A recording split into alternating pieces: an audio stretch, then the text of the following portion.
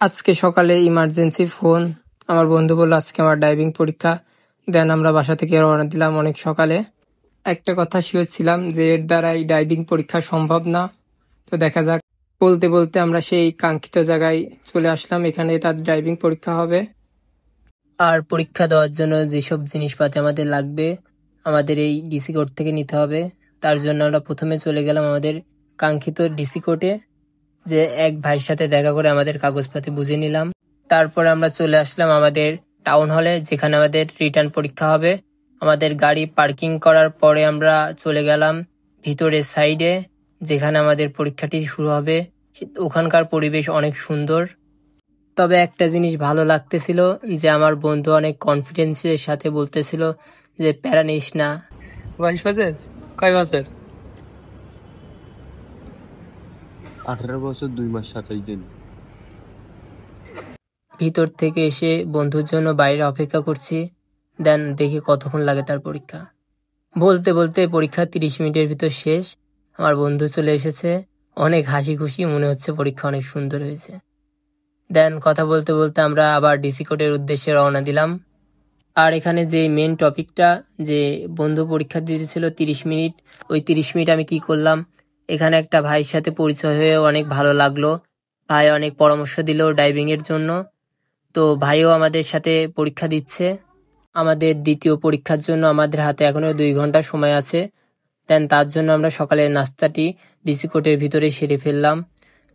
আর সব মিলিয়ে এখানের খাবারের টেস্টটা সুন্দর ছিল। 2 ঘন্টা পর আমাদের সেই কাঙ্ক্ষিত ভাইবা পরীক্ষা দেওয়ার জন্য আমরা উপরে চলে আসলাম 3 তলায়। দেন এখানে অনেক ক্রাউড, এরপর আমাদের সিরিয়াল। তো আমাদের সাথে যে 2 ভাই পরীক্ষা দিচ্ছে আমাদের সাথে চলে আসলো। আর 3 তলা থেকে আমাদের ডিসি কোর্টের পরিবেশ দেখতে এমনই লাগে। ভাই আর যাই করেন, কেউ ড্রাইভিং করতে আসেন না। এখানে যে পরিমাণ লোকজন ড্রাইভিং এর জন্য যদি অ্যাপ্লাই করেন ভাই, আগের থেকে পার্সোনাল ভাবে করেন। দেন আমার বন্ধুকে উপরে ভাইবার জন্য রেখে আমি একটু নিচে আসলাম। এসে দেখছি এমন একটা পরিবেশ।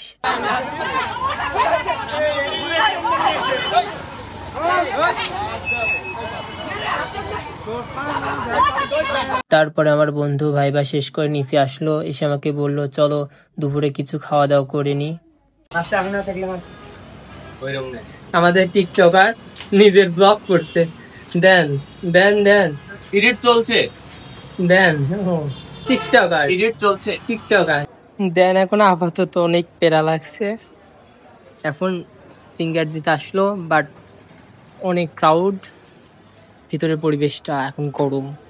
দেন খাওয়া দাওয়ার শেষে আমরা ফিঙ্গার দিতে চলে আসলাম। উস্তাদ ভিতরে ফিঙ্গার দিচ্ছে। দেন আমাদের ফিঙ্গার দেওয়া শেষ। এখন আমাদের চলে যেতে হবে আমাদের স্টেডিয়াম মাঠে। এখন আমরা যাবো কোথায়? স্টেডিয়াম মাঠে পরীক্ষা দিতে। চলো। বলতে বলতে আমরা স্টেডিয়ামের সামনে চলে আসলাম। এসে দেখছি আমাদের লেট হয়ে গেছে এখানে আসতে। সবাই লাইন ধরে মোটরসাইকেল নিয়ে দাঁড়িয়ে আছে, এভাবে বলে পরীক্ষা হবে সিরিয়াল বাই সিরিয়াল। তো আমরা তো জানতাম না, তো সবাই পরীক্ষা দিলে আগে আগে চলে আসবেন। আর এই কথাটা আমি জানতাম না। পরে এক বড় ভাই এসে বলল যে পিছনে সিরিয়াল দাও। আমার গাড়ি ওখানে পার্কিং করে রেখে আসলাম। আমি মনে করতেছিলাম যে সবাইকে সিরিয়াল বাই সিরিয়াল ডাকবে। এখন আমার মন করছে যে পরীক্ষায় আর দিব না। ফুল ফুল ফুল কনফিডেন্স। শিওর? হ্যাঁ, আর চলতে পারবে? কান না চলে তাহলে ঠিকই দেবো। এই যে আমাদের এখানে ড্রাইভিং পরীক্ষা হচ্ছে, এখানে আর ভিডিও করা নিষেধ। So funny, so funny. আর এখানে আমার বন্ধুর ড্রাইভিং পরীক্ষা শেষ, সে পরীক্ষায় উত্তীর্ণ হয়েছে। এই ভিডিওটা দিতে পারলাম না, এখানে ভিডিও করা নিষেধ। কতখানি গাড়ি কাজ করে ভাই করলাম। ট্যালেন্ট, বন্ধুর ট্যালেন্ট এন্ড ড্রাইভিং পাওয়া।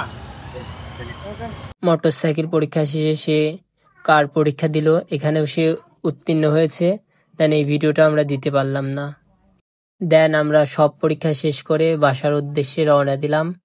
আর আমাদের একটা ভিডিও দিতে পারলাম না, সেটা হলো আমাদের মেসেজ চলে এসেছে ড্রাইভিং এর, আমরা সব পরীক্ষায় উত্তীর্ণ হয়েছি। নেক্সট দেখা হচ্ছে কোনো ট্যুরে। খুদা হাফেজ।